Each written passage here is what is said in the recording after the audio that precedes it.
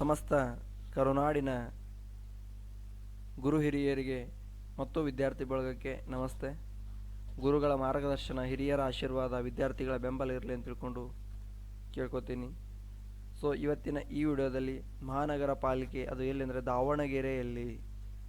So ದಾವಣಗೆರೆಯಲ್ಲಿ ಉದ್ಯೋಗ ಅವಕಾಶಗಳು ಕರೆದಿರುವಂಥದ್ದು.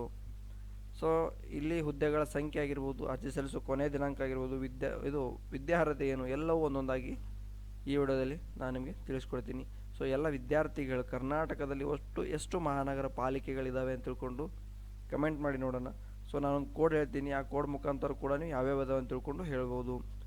ದಾದಾ, ಸೀತಾಮಾಯಿ, ಹುಮ್ ಅದಾಳ, ಕಬಾಬ, ವಿಜಯಪುರದಲ್ಲಿ ತಿನ್ನೋನಂತ ಇದ್ದಾಳೆ. ಸೊ ಒಟ್ಟು ಮಹಾನಗರ ಪಾಲಿಕೆ ಬೆಂಗಳೂರನ್ನು ಹೊರತುಪಡಿಸಿ ಮಿಕ್ಕಿ ಉಳಿದಂಥ ಎಲ್ಲ ಕರ್ನಾಟಕದ ಎಲ್ಲ ಮಹಾನಗರ ಪಾಲಿಕೆಗಳು ಈ ಕೋಡ್ನಲ್ಲಿದ್ದಾವೆ. ದಾದಾ, ಸೀತಾಮಾಯಿ, ಹುಮ್ ಅದಾಳ, ಕಬಾಬ, ವಿಜಯಪುರದಲ್ಲಿ ತಿನ್ನೋನಂತ.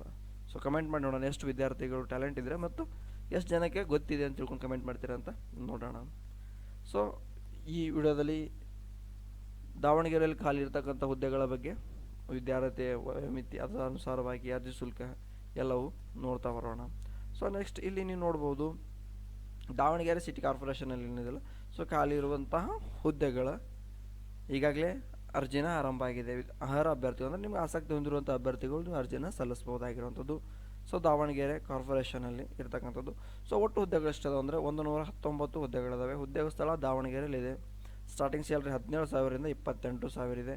ಸೊ ಲೋಕಲ್ ಅಭ್ಯರ್ಥಿಗಳಿಗೆ ತುಂಬ ಉಪಯುಕ್ತ ಆಗಿರುವಂಥದ್ದು.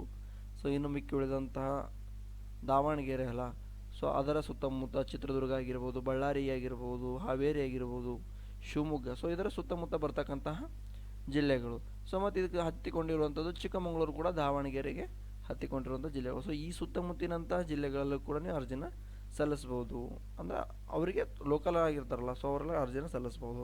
ಸೊ ನೆಕ್ಸ್ಟ್ ವಯೋಮಿತಿ ಅಂತ ನೀವು ನೋಡೋದಾದರೆ ಅಂದರೆ ಅರ್ಜಿ ಸಲ್ಲಿಸಬೇಕು ವಯೋಮಿತಿ ಎಷ್ಟು ಇರಬೇಕು ಅಂದರೆ ಅಭ್ಯರ್ಥಿ ಕನಿಷ್ಠ 18 ಆಗಿರಬೇಕು ಅಂತಿದೆ.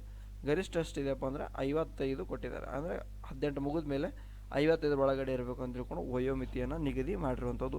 ಸೊ ವೇತನ ಶ್ರೇಣಿ ಪೌರ ಕಾರ್ಮಿಕರು 17,000 ರು ಇರ್ತಕ್ಕಂಥದ್ದು ಫಸ್ಟ್, ಆಮೇಲೆ 22,000 ತನಕ ಸ್ಯಾಲ್ರಿ ಇರ್ತದೆ. ಸೊ ನೆಕ್ಸ್ಟ್ ಅರ್ಜಿ ಸಲ್ಲಿಸುವ ವಿಧಾನ ಅಂತ ಹೇಗೆ ಅರ್ಜಿನ ನಾವು ಹೇಗೆ ಸಲ್ಲಿಸಬೇಕು ಅಂತ ನೋಡೋದಾದರೆ, ಸೊ ಇಲ್ಲಿ ಯಾರೂ ನೆಗ್ಲೆಕ್ಟ್ ಮಾಡೋಕ್ಕೆ ಹೋಗ್ಬೇಡಿ. ಆಮೇಲೆ ಕೇರ್ಲೆಸ್ ಮಾಡೋಕ್ಕೆ ಹೋಗ್ಬೇಡಿ. ನೀವು ಕೇರ್ಲೆಸ್ ಮಾಡೋದ್ರಿಂದ ಹುದ್ದೆಗಳು ಬ್ಯಾಕಲ್ಲಾಗಿ ಅಂತ ಬರ್ತಾ ಇದ್ದಾವೆ, ನಿಮ್ಗೆ ಗೊತ್ತಿರಬೇಕು. ಸೊ ಮೊನ್ನೆ ಕೂಡ ನೀವು ಫಾರೆಸ್ಟ್ ಬಿಟ್ಟಿಲ್ಲ ಅಂತ ಹುದ್ದೆಗಳಲ್ಲಿ ಕೂಡ ನೋಡ್ಬೋದು ನೀವು ಬ್ಯಾಕೆಲ್ಲ ಆಗಿರುವಂಥ ಹುದ್ದೆಗಳು ಅಂತ ತಿಳ್ಕೊಂಡು. ಸೊ ಬ್ಯಾಕೆಲಾಗಿ ಏನಕ್ಕೆ ಆಗ್ತಾವೆ ಅಂದರೆ ಫಸ್ಟ್ ಅಪ್ಲಿಕೇಶನ್ನ ಕರೆದಿರ್ತಾರೆ, ಅಲ್ಲಿ ನೀವು ಫಿಲ್ ಮಾಡಿರೋದಿಲ್ಲ, ಆ ಅಭ್ಯರ್ಥಿಗಳು ಫಿಲ್ ಮಾಡಿರೋದಿಲ್ಲ. ಫಾರ್ ಎಕ್ಸಾಂಪಲ್ ಏನಾಗುತ್ತೆ, ಒಂದು ಹುದ್ದೆ ಇತ್ತು ಅಂತ ತಿಳ್ಕೊಳ್ಳಿ, ಒಂದು ಬಳ್ಳಾರಿಯಲ್ಲಿ ಒಂದು ಹುದ್ದೆ ಇತ್ತು ಅಂದರೆ ಒಂದು ಪೋಸ್ಟ್ ಇದೆ ಬಳ್ಳಾರಿಗೆ ಅಂದರೆ ಅಲ್ಲಿ ಒಂದೇ ಪೋಸ್ಟ್ ಇದೆ ಅಂತ ಯಾರು ಹಾಕಕ್ಕೆ ಹೋಗಲ್ಲ. ಸೊ ಯಾರು ಕರ್ನಾಡಿನ ಅಭ್ಯರ್ಥಿ ಯಾರು ಹಾಕಲಿಲ್ಲ ಅಂದರೆ ಅದು ಬ್ಯಾಕಲಾಗಿ ಅಂತ ತಿಳ್ಕೊಳ್ಳುತ್ತೆ. ಸೊ ಅದೇ ಥರನೇ ಇರುತ್ತೆ.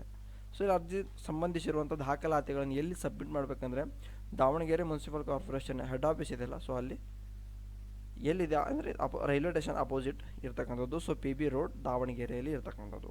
ಅಂದರೆ ಒಟ್ಟಿನಲ್ಲಿ ದಾವಣಗೆರೆ ಕಾರ್ಪೊರೇಷನ್ ತಲುಪಿಸ್ಬೇಕು. ಅದು ಎಷ್ಟು ಟೈಮ್ ತನಕ ಅಂದರೆ 30/1/2024. ಒಟ್ಟು ಇನ್ನೂ ತುಂಬ ಟೈಮ್ ಇದೆ.